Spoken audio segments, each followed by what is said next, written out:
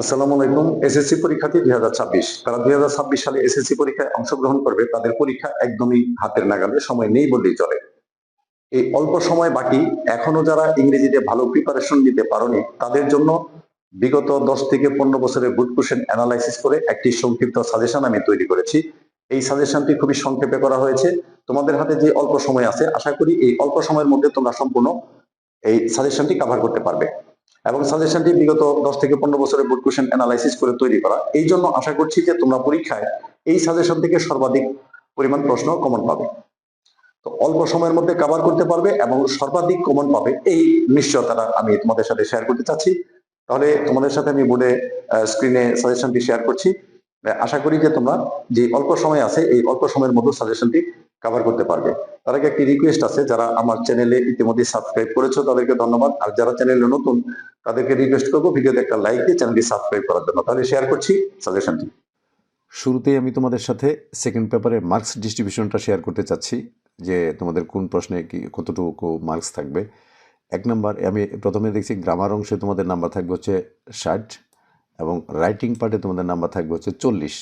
তো গ্রামার অংশে কী কী থাকবে বা দেখে নিই। গ্রামার অংশে 1 নাম্বার থাকবে gap filling with close, 2 number থাকবে সাবস্টিটিউশন টেবল, 3 নাম্বার থাকবে রাইট ফর্ম অফ ভার্বস, 4 নাম্বারে চেঞ্জিং সেন্টেন্সেস, 5 নম্বরে ট্যাগ কোশ্চেন, 6 নম্বরে সাফিক্স অ্যান্ড প্রিফিক্স, 7 নম্বরে প্রিপোজিশন, 8 নম্বরে কানেক্টরস অথবা লিঙ্কিং ওয়ার্ডস, 9 নম্বরে থাকবে ক্যাপিটাল অ্যান্ড পাংচুয়েশন।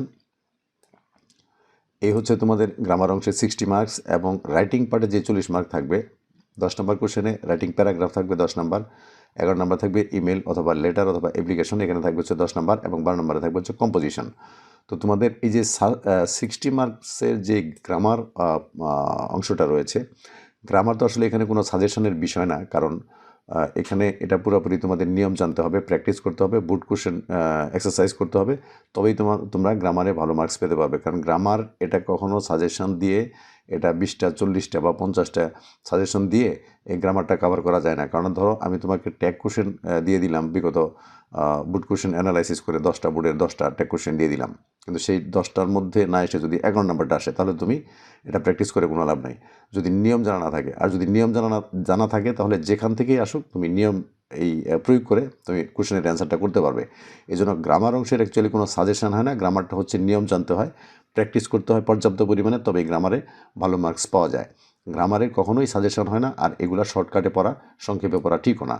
আমি তোমাদের সাথে শেয়ার করব রাইটিং পার্টে যে 40 মার্কস আছে, এই 40 মার্কসের একটা সংক্ষিপ্ত সাজেশন এবং বুট কোশ্চেন অ্যানালাইসিস করা সাজেশনটা আমি তোমাদের সাথে শেয়ার করতে চাচ্ছি। প্রথমে হলো 10 নম্বর কোশ্চেনের জন্য যে প্যারাগ্রাফটা থাকবে, আমি এখানে তোমাদের জন্য 10টা প্যারাগ্রাফ আমি সাজেস্ট করেছি। 1 নম্বর হচ্ছে রিক্সা পোলার, 2 নম্বরে ন্যাশনাল ফ্ল্যাগ, 3 নম্বরে টি স্টল, 4 নম্বরে উইন্টার মর্নিং, 5 নম্বর ট্রাফিক জ্যাম, 6 নম্বর লোডশেডিং, 7 নম্বর স্কুল ম্যাগাজিন, 8 নম্বর বুক ফেয়ার, 9 নম্বর এনভায়রনমেন্ট পলিউশন, 10 নম্বর হচ্ছে uses and abuses of mobile phone.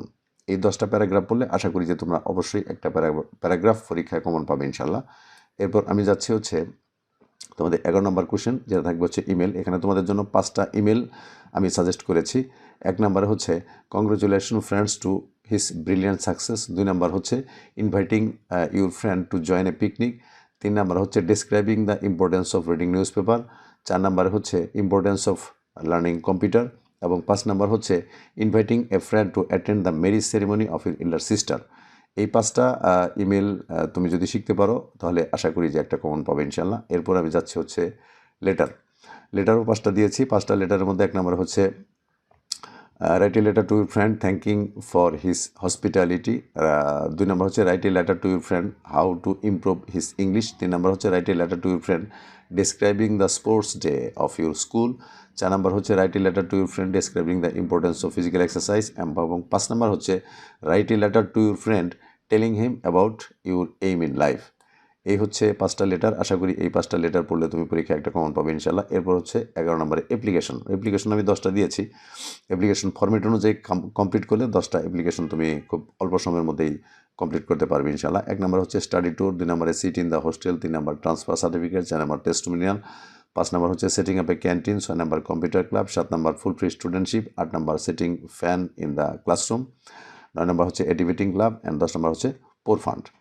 এই হচ্ছে 10টা অ্যাপ্লিকেশন। এই 10টা অ্যাপ্লিকেশন পড়লে আশা করি অবশ্যই একটা পরীক্ষায় কমন পাবে। এরপর হচ্ছে 12 নম্বর কম্পোজিশনটা আসলে তোমাদের 20 মার্কসের যে প্রশ্নটা, 1 নাম্বার হচ্ছে duties of a student, 2 number হচ্ছে science in everyday life, 3 number হচ্ছে this season you like most, 4 number favourite game, 5 number হচ্ছে reading newspaper, 6 number aim in life, 7 number a journey by boat, 8 number হচ্ছে favourite hobby, 9 number physical exercise এবং 10 number হচ্ছে computer. তো আশা করি এই 10টা composition যদি তোমরা কভার করতে পারো তাহলে অবশ্যই পরীক্ষায় একটা কমন পাবে ইনশাল্লাহ।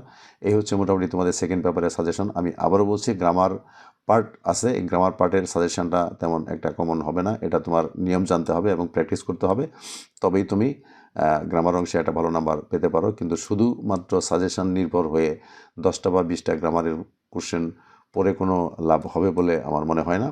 এই জন্য তোমাদের প্রচুর পরিমাণে প্র্যাকটিস করতে হবে এবং গ্রামারের প্রত্যেকটা আইটেমের নিয়ম জানতে হবে। সাবস্টিটিউশন টেবল কীভাবে করতে হয়, রাইট ফর্ম ভার্বের নিয়মগুলি জানতে হবে, চেঞ্জিং সেন্টেন্স কীভাবে করতে হবে, ট্যাগ কোশ্চেন কীভাবে করতে হবে, সাফিক্স এবং প্রিফিক্স কীভাবে ইউজ করতে হবে, প্রিপোজিশনের ব্যবহার জানতে হবে, কানেক্টরের ব্যবহার জানতে হবে এবং ক্যাপিটাল অ্যান্ড পাঞ্চুয়েশন, এগুলো অবশ্যই তোমার ব্যবহার জানতে হবে, নিয়ম জানতে হবে। এই নিয়মগুলি ছাড়া কখনোই গ্রামারের প্রশ্নের অ্যান্সার ভালোভাবে করা যাবে না। তো আশা করি তোমরা পরীক্ষায় ভালো করতে পারবে এই সাজেশনটি যদি তোমরা কমপ্লিট করতে পারো এবং সবাই পরীক্ষায় ভালো করো, এই প্রত্যাশা রইল। তো আজকের ভিডিও এ পর্যন্তই।